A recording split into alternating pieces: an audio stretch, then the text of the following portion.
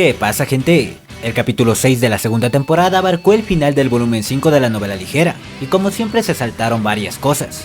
Por si no te has visto las partes anteriores, en la descripción o en un comentario fijado te dejaré el link con las demás partes. Además, si te gusta este tipo de videos, suscríbete, así no te perderás de los videos que estaré subiendo. Ahora sí, empecemos. En la novela, Horikita corre por todo lado en busca de Sudo, e incluso regresa al festival deportivo y ahí se encuentra con Ayano Koji. Luego de eso es que va a los dormitorios. Luego en la novela seguida empiezan las pruebas de recomendación con la búsqueda del tesoro. Ayano Koji tuvo que participar en ella. Ahí se topó con Ryuen, quien intentó provocarlo, pero este perdió el interés cuando Ayano Koji le respondió indiferentemente. Yendo a la prueba a Ayano Koji, la fortuna no le sonrió. El artículo que tuvo que buscar fueron 10 amigos.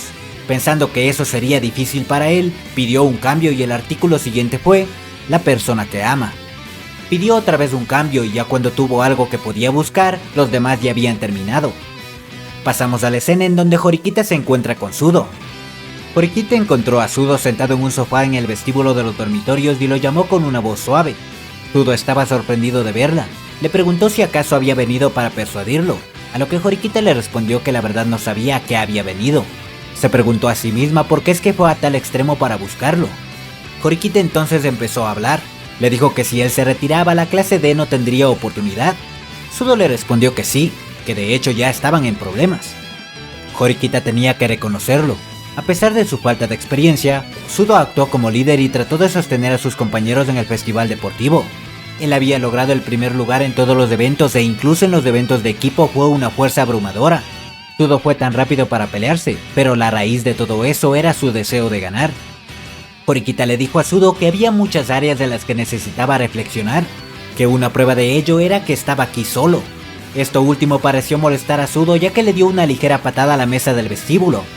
Horikita le dijo que esa actitud es del problema, que es porque sigue haciendo estas cosas que nadie lo seguirá. Ya algo irritado, Sudo dijo que sí, que creía que había hecho algo malo, pero que tampoco podía contenerse. Horikita le dijo que es increíble que pensara que podía llevar a todos de esa manera, a lo que Sudo dijo que jamás había dicho eso, que los demás le suplicaron. Horikita le dijo que ya que aceptó ser el líder tenía cierta responsabilidad. Sudo le dijo que eso no le importaba. Horikita entonces le dijo que seguía siendo tan infantil como siempre, que en la sociedad eso no era algo por lo que sería perdonado. En ese momento Sudo le gritó que se calle y le dirigió una mirada feroz, pero ella no cedió.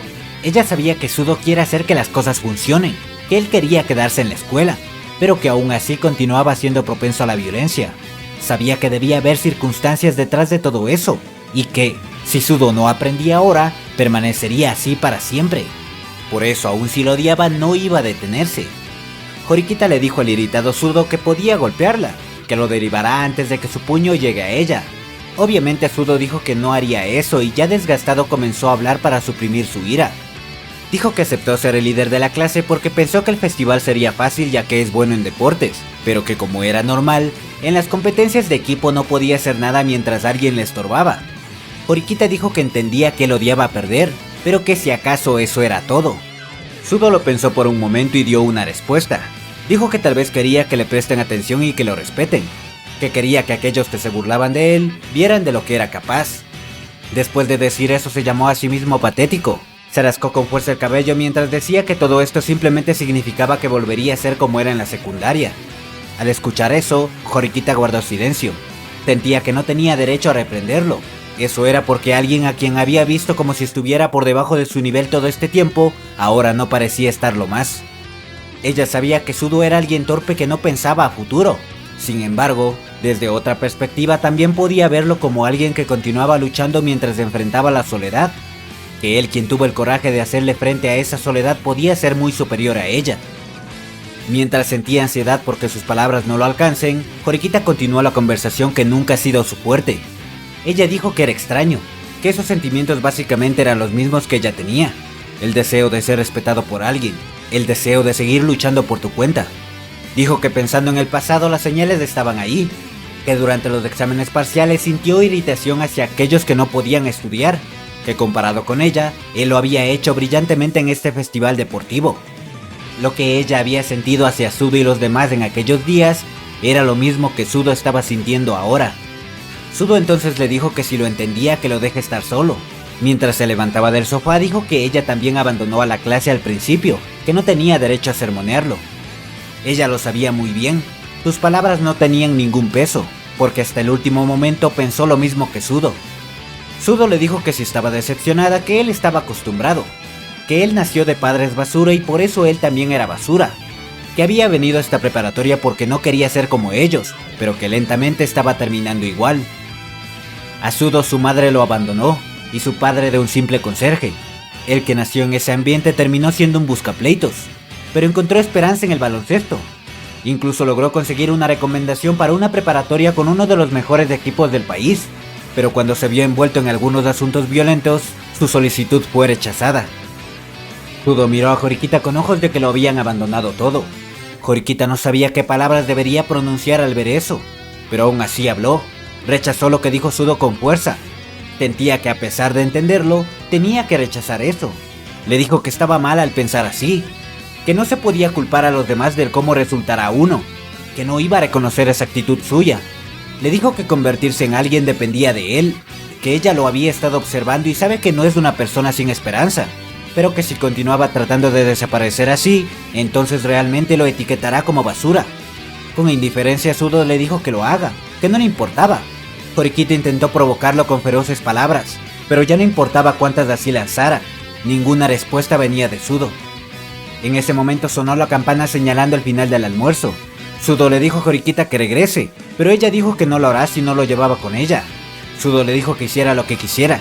Se dirigió al ascensor y entró en él. Horikita aún así no se fue. En su lugar le dijo que lo estaría esperando.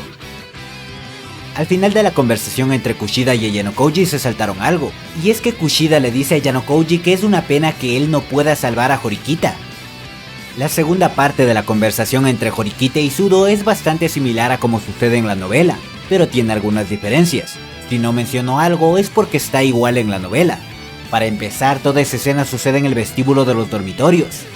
Después de que Sudo vuelve en el ascensor para hablar con Horikita, Sudo le pregunta si el festival ha acabado, a lo que Horikita responde que aún podían llegar al último evento. Le dice a Sudo que si debía suponer que iba a volver a la competencia ya que regresó, pero él dice que no, que solo regresó para ver si ella todavía estaba ahí. Es de entonces que empieza la conversación que se ve en el anime. Ya al final, habiendo escuchado a Sudo, Horikita sentía que podía sentirse radiante con una sonrisa hacia esas palabras, una sensación que había sentido por primera vez. Vergonzosamente, ahora tenía a alguien a quien podía llamar camarada. Cuando se confirmó quiénes correrían en la última carrera, en la novela Ayanokouji hace contacto visual con Hirata y este empezó a hablar, pero entonces Miyake dice que está lesionado. Cuando Ayanokouji se postula como reemplazo, Hirata incitó a dejar a Ayanokouji al final mientras que los rápidos dirían al inicio. Llegamos al momento en que la carrera empieza. En la novela vemos cómo Ayanokouji y Hirata hablan. Aquí se revela que Ayanokouji iba a reemplazar a Hirata. ¿Recuerdan que en la parte anterior dije que Hirata le había dicho a Ryuen que le iba a dar una sorpresa? Pues ahí está. La ventaja que Sudo obtuvo al inicio fue mantenida por Hirata, pero en el turno de Onodera, la distancia empezó a reducirse. Ya cuando el relevo llegó a Maesono era casi inexistente. Luego uno de la clase A de tercer año y uno de la clase A de segundo año la rebasaron. Sin embargo, la chica de la clase A de tercer año, que fue la cuarta en recibir el relevo, tropezó y cayó unos 50 metros antes del siguiente corredor. Por otro lado, mientras estaban listos para cerrar la carrera, los líderes de la clase A de tercer y segundo año hablaron. Nagumo le decía a Manabu que parecía que incluso en los puntos generales su clase ganaría, que esto parecía ser el comienzo de una nueva era.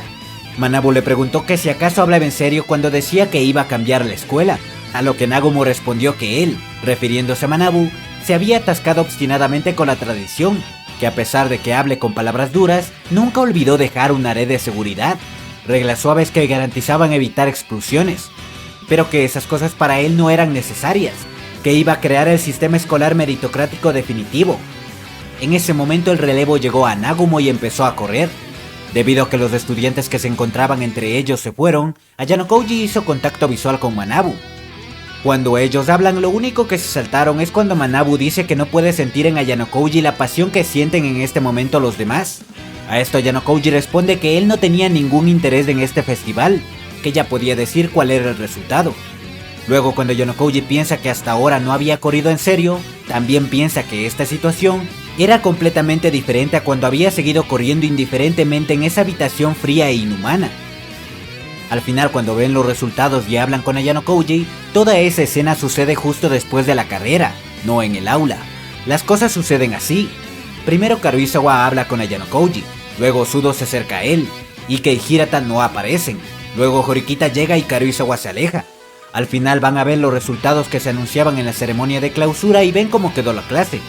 Aquí se saltaron algo importante, y es que el MVP, el que destacó por sobre todo los estudiantes, fue Shibata de la clase B. Recuerden que si Sudo lograba ser el MVP podría llamar a Horikita por su nombre. Habiendo visto eso, Horikita se acercó a Sudo y le puso un castigo por no alcanzar el objetivo. Le hizo prometer a Sudo que nunca más usará la violencia sin una razón justa. Luego añadió que ella también debía ser castigada por no haber estado a la altura. Le dijo a Sudo que si deseaba podía llamarla por su nombre, que ese sería el castigo que se pondría a sí misma. Sudo gritó de felicidad por esto, y justo en ese momento fue que alguien se acercó a ellos. Una chica de la clase A los interrumpió y le pidió a Ayano Koji que se reúna con ella después de haberse cambiado. Después de que Ayano Koji se cambió, fue al aula de la clase D y ahí es que tiene esa charla con Horikita en donde ella dice haber aprendido de la derrota. En la novela, la escena final del capítulo sucede en el edificio escolar. El resto en su mayoría es similar, lo diferente está al final, ya que después de escuchar lo del traidor de la clase C, Horikita pensó que fue Ayano Koji quien hizo todo. Por otro lado, Kushida le pregunta a Ryuen si Ayano Koji fue el que hizo esto, pero Ryuen dijo que solo era un candidato. Además añadió que había logrado la mitad de sus objetivos. Y sí amigos, se saltaron la parte final del volumen 5 de la novela. Como había prometido, Ayano Koji fue a encontrarse con la chica de la clase A, quien sin explicaciones lo llevó al tercer piso del edificio especial, uno de los pocos lugares en la escuela en donde no hay cámaras de vigilancia. Al llegar ahí, la chica se dirigió a una esquina y habló con alguien. Esa persona agradeció a Masumi, así se llamaba la chica, y le dijo que podía marcharse. Luego esa persona se reveló, era Sakayanagi Arisu, la líder de la clase A, quien miró a Ayano Koji con una fría sonrisa. Por un momento simplemente se miraron hasta que Sakayanagi habló primero sobre el gran espectáculo que dio Ayano Koji. Ayano Koji no respondió a eso, en su lugar le preguntó si podía enviar un correo. Sakayanagi lo permitió para nada disgustada, ella mantuvo su sonrisa. Cuando Ayano Koji terminó con lo suyo, Sakayanagi le dijo que después de verlo correr recordó algo, que lo llamó aquí para compartir el impacto de ese momento. Apoyándose en su bastón se colocó a su lado y le habló como si fuera un viejo conocido. Le dijo que había pasado mucho tiempo, aproximadamente 8 años y 243 días. Sin saber a qué se estaba refiriendo, Ayano Koji decidió terminar las cosas y empezó a caminar para irse. Fue justo en ese momento que Sakayanagi dijo algo que Ayano Koji no pudo pasar por alto. Habitación blanca. Solo esas dos palabras. Ayano Koji comenzó a cuestionarse por qué, cómo. Sakayanagi le dijo que esta era una reunión nostálgica, así que pensó que tenía que saludarlo. Sin dejar de darle la espalda, Ayano Koji la miró. Definitivamente no recordaba haber conocido a Sakayanagi hasta que ingresó a esta escuela. Sakayanagi le dijo que era comprensible, que él no la conoce, pero que ella a él sí, que esto debía ser un giro del destino y que ahora todo tenía sentido. La isla desierta, el crucero y que la clase D haya evitado la expulsión. Le dijo que se relaje, que no tiene intención de decirle a nadie sobre él, que solo ella era la única digna de sepultar al falso genio. Golpeó su bastón en el suelo y dijo que al fin había encontrado un ligero placer en esta aburrida vida escolar. Ayano Koji dijo que quería preguntarle algo, y Sakayanagi dijo que adelante. Ambos hicieron contacto visual, y ahí Ayano Koji le preguntó si podía sepultarlo. Sakayanagi se rió al escuchar esa pregunta que parecía decir, ¿en serio crees que puedes hacer eso? Dijo que ella sabe muy bien cuán impresionante es él, que solo acababa de empezar a disfrutar de esto, que ahora podía cumplir el deseo de su vida al destruir la obra maestra que el padre de Ayano Koji había creado. Ayano Koji al escuchar eso pensó que también le gustaría desear eso, ya que su derrota también significaría la derrota de ese hombre.